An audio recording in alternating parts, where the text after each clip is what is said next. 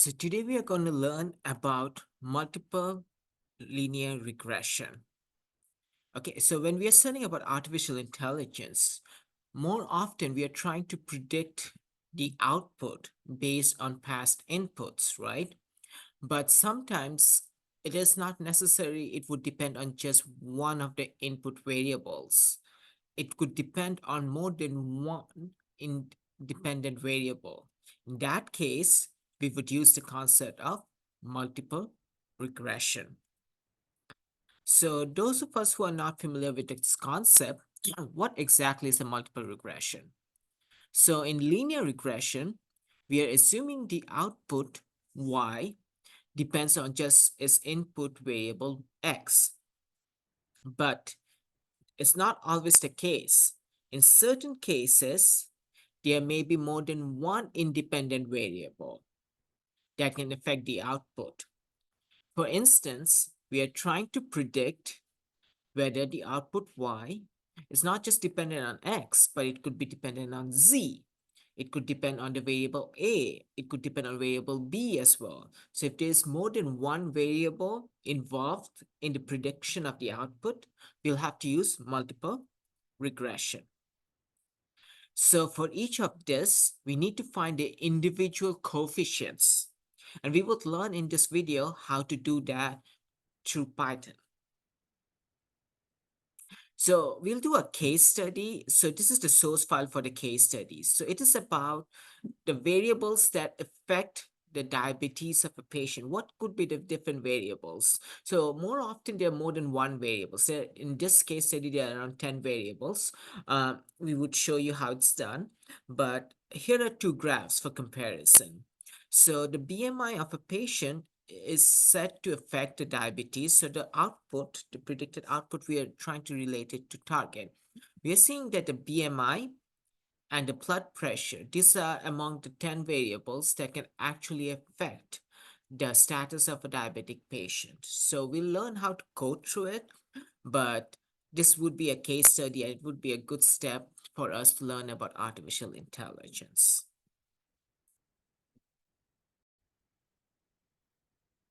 So we'll start with a very simple example today. What we'll start is we are trying to analyze whether there is actually a correlationship between the different parameters such as the age of an individual, the gender, the BMI, and the average blood pressure. You can see over here there are around 10 parameters that we are trying to relate it whether a patient is more prone to be diabetic or not.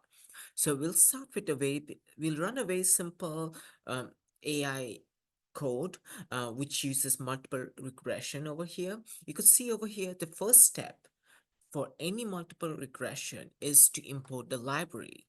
Okay, so you could see over here, we would definitely import the NumPy library followed by the matplot because we are trying to visualize the data as well, right? So we'll try to get the matplot library as well. And since there is a data set already existing, so we'll try to import that from sklearn so that we can perform the linear regression on it as well. So the first step is to import these libraries. So once you have imported these libraries, you need to access the database from sklearn. So we're trying to get that data sets as we wrote over here, import the data sets. So you're trying to load that. So data sets dot load diabetes because you're trying to get those database that is already existing over there and you're storing it into this variable called diabetes. Now, whenever you're trying to find a correlation, you need an X parameter and a Y parameter over here. So you're trying to get the target is the Y parameter because what we are trying to do over here, the target is kind of indication that we are trying to see is there a change in the glucose level since the over a period of 1 year. So we are trying to use that as a dependent parameter and we are trying to see whether each of these individual independent parameters actually has an influence on the parameter called the target. So all you have to do is write x equals, since you have used diabetes as a variable, so instead of diabetes, if you were using something like a DIA over here, so this would automatically change back to DIA and you would have to change this to DIA as well. But we'll try to stick with whatever is already there because we don't, it's easier to actually stick with uh, this, but then again, it wouldn't make a difference. Just make sure that whenever you're changing the variables, it is changing accordingly. So then you're trying to get to know what are the different parameters in the X variable, because like over here, there could be 10 or 20 variables. So all you have to write is dot DESCR as in describe. So once you get those, you can see over here, it has the diabetes data set has almost 10 base variables, which includes the age, the gender, the body mass index, the average blood pressure. And this has been compiled for around 442 diabetic patients over a period of time. So you can get a complete data set over here. The source URL is over there, but we would not try to get into that. We are not trying to make it more complex. So as I said, the first step is to import the library. The next step is to access the database.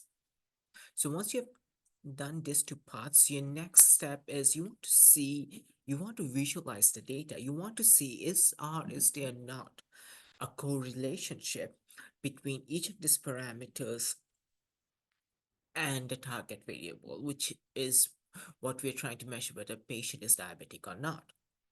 So over here, what you would see over here, in this case, I'm trying to access the BMI, right? So you would see over here, remember the variables always starts with zero. So 0, 1, 2, 3. So if you're trying to access age, so instead of a 2, all you have to write was a 0. But if you wanted to access the gender, you would have said 1. But here we are trying to see the body mass index. That's why we are writing a 2. So you're trying to access all the data sets of the second variable, which is the BMI over here. And you're trying to plot it against the Y variable, which is the target variable. Since I wrote a Y over here, so instead of a small y, if you wrote a Z, then this would automatically become a Z. But no, we'll stick with Y because it's a convention, right? So we'll stick with that. But what I'm trying to say is wouldn't literally change anything. Okay, and we are trying to get into a scatter plot, so that's why we are doing this. But you can then again, you could have chosen anything like like an asterisk or anything else. But let's stick with this one. So you would see over here, you do see a general trend as you're increasing the BMI. You are seeing that there is an increase in the target variable, but then again, it's just visual data, right? You want to get quantitative number.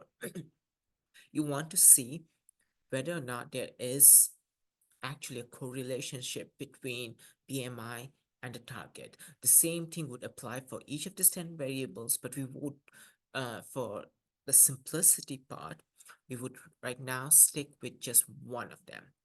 So as I said, the first step is to import the libraries. The next step is to import the database, access the database. The third one is to visualize the data because you want to see through a scatter plot if there is not a correlationship. So once you've done visualizing the data and you do think that there might be a correlationship, the next step is very simple, is to split the data into training and testing. So what we're trying, so the total number of samples over here was 442 as it was listed over there. We are trying to train the data with only 300 samples. Now, this 300, as in we are trying to train it for 300 samples, you can obviously make it to like 400, but then again, you would have very less for testing your data, so we'll stick with 300. You can go with a 70-30 split, or you can go with a 50-50 split, but I would suggest stick with a 70-30 split. I think that would be much more convenient because you have enough data to actually make sure that it has been able to train it very properly. So stick with the 70-30 data. So we are trying to train the X and the Y's for 300 samples. So once you're done splitting the data into training and testing, the next step is to perform a regression. Okay, so we are trying to perform a multiple regression, and we are trying to see whether each of these parameters, and as I said, it's X, it's the complete X. We are not just trying to do with BMI. We try to see only for BMI the correlationship, but when you're trying to write X, you're accessing each of these 10 parameters. So we are trying to perform so this is the keyword, linear model dot linear regression. Okay, so this linear regression would perform individual linear regression, uh, all the parameters, and try to fit them and trying to get them into a model. Uh, and as you could see over here, reg.fit. So if you wrote instead of regr, if you wrote reg, then you could just stick with reg. But then again, as I said, uh, it's up to you. You don't, you could even use just R, right? So you don't have to write the whole thing. But yeah, let's, because I'm trying to make so that anybody could who's reading it knows that what I'm trying to do is regression. That's why I wrote REGR. But then again, it's totally up to you. So once you run that, you would get linear regression, means that it is forming the linear regression. Now you want to know each of these parameters, right? So your training and performing linear regression is like done. So you're almost there. Now you're trying to visualize the results. Okay, so as I said again, the first step is importing the libraries. Next step is importing the database. You're trying to visualize the data, training and testing, performing the linear regression, and the next step is fitting the data. That's what are the different steps that you're going to follow. When you write, since you wrote regr over here, so you can just write intercept, and it will give you the value of the intercept. And if you were trying to access the coefficients for each one of them, so you could just write COEF underscore. So you would see over here, there's like 1, 2, 3, 4, 5, 6, 7, 8, 9, 10. 10 parameters, 10 coefficients. So we know that it's working. Uh, so now this is the coefficients. Now this equation can be used for predicting, right? So now you're trying to predict the data set. So same, since you used regr, just make sure you write regr, depending on whatever variable you use. And this is the keyword, dot predict, predict. You're trying to predict those data with a training set. So this is helps you to get all the predicted data. So you have your training data. Now you're trying to predict based on the coefficients that you got, you're trying to predict them, right? And you're storing them in this variable, YTR predict. Now, so you're now done predicted. So you're almost done with your total uh, um, simulation over here. Now you're trying to visualize the data.